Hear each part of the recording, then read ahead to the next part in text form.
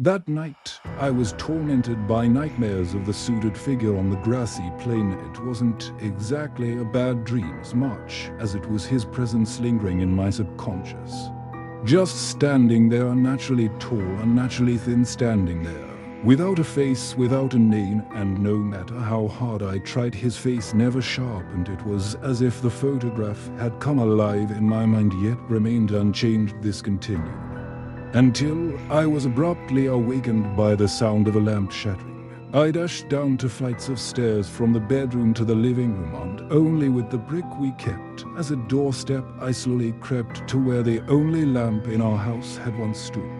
I knelt to examine the fragment when a sudden rush of air from behind me, like someone running past, hit my face. I sprang up faster than a startled kid. I spun round to see who or what it was, but my eyes hadn't adjusted, and the surrounding darkness gave nothing away. My next thought was to listen. Nothing, not a single creak, not even the faintest sound of the house settling. Perhaps it was my nightmare or exhaustion playing tricks on me. Maybe a slight tremor had nudged the lamp off the table.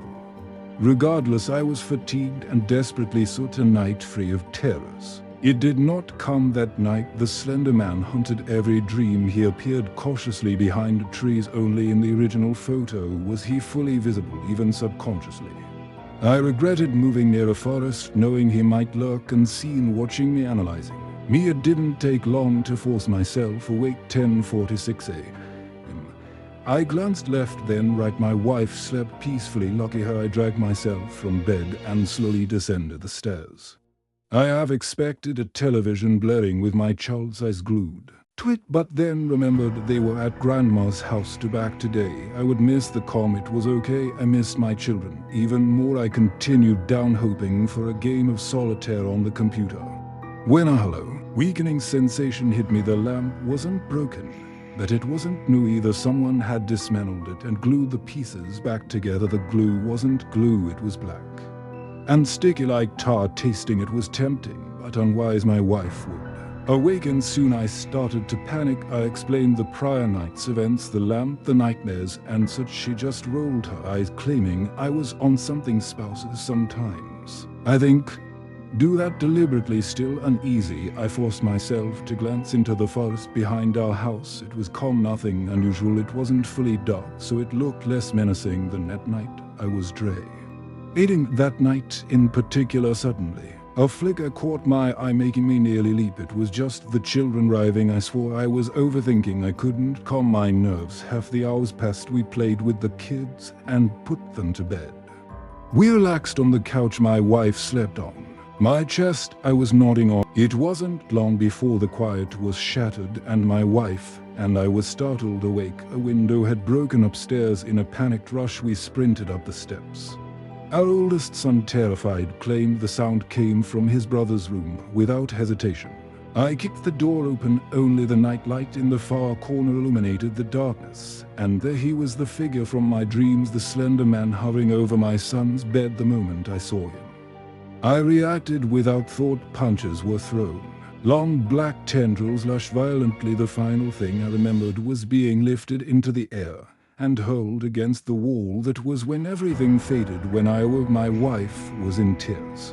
I had 3 cracked ribs and my son was gone. The Slender Man had taken him and I was powerless. I knew he would come back, and that would be the moment I faced him. The rest of the day was chaos. My wife could barely stop crying.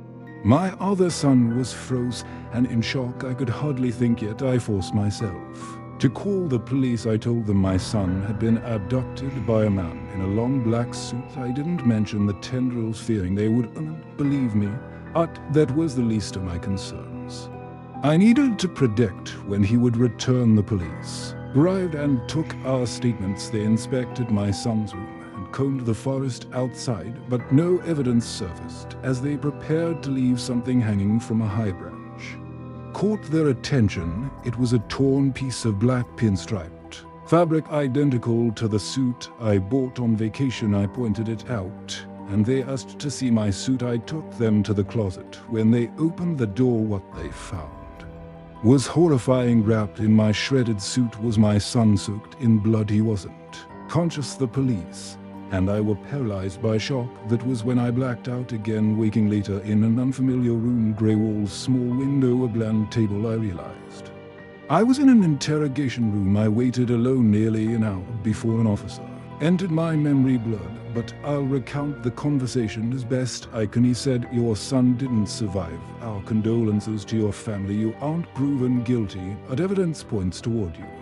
Further investigation is required. You be taken home but placed under supervision," and other similar remarks. I was driven home in the back of a cruiser. The last time I'd been in one was high school, when vandalism felt rebellious. I was greeted with open arms by my still weeping wife and my emotionless remaining son. Going inside wasn't easy, but we didn't stay long. Police insisted we stay in a hotel. Well, they examined our home. We gathered belongings, and as I passed the fridge, a drawing caught my attention. It was one my late son had made. My heart froze. The childlike crayon illustration showed him standing beside a tall, faceless man in a black suit. I made sure no one saw me hide the drawing in my pocket.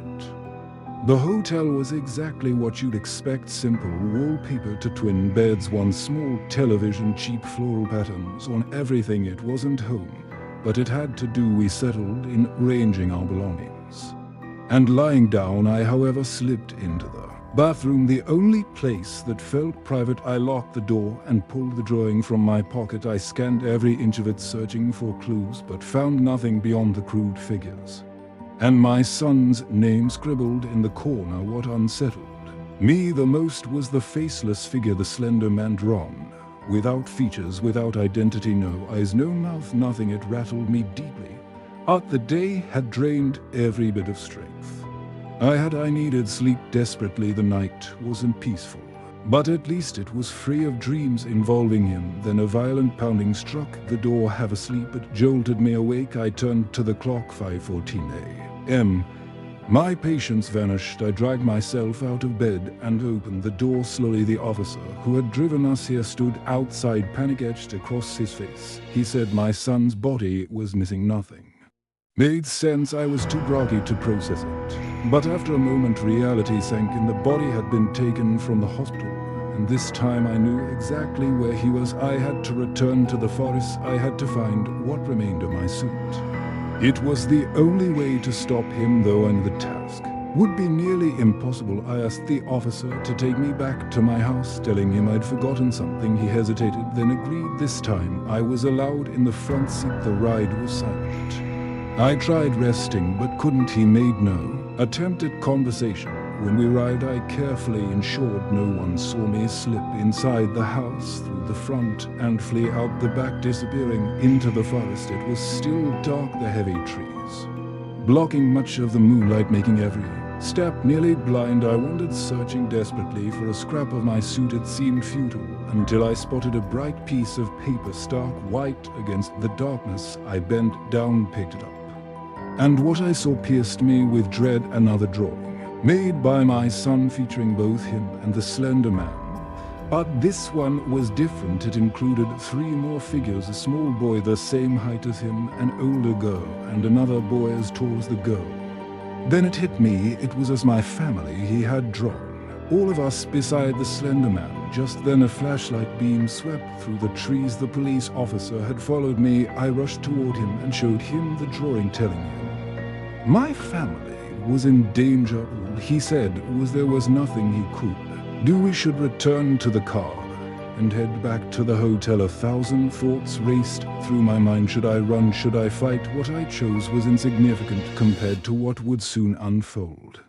But I didn't know that then. Looking back, I almost wish I hadn't. I obeyed his request and began walking toward the car, but as soon as he turned his back, I grabbed a thick stone and struck him. He staggered, fell to the ground. I took his keys and sprinted toward the cruiser.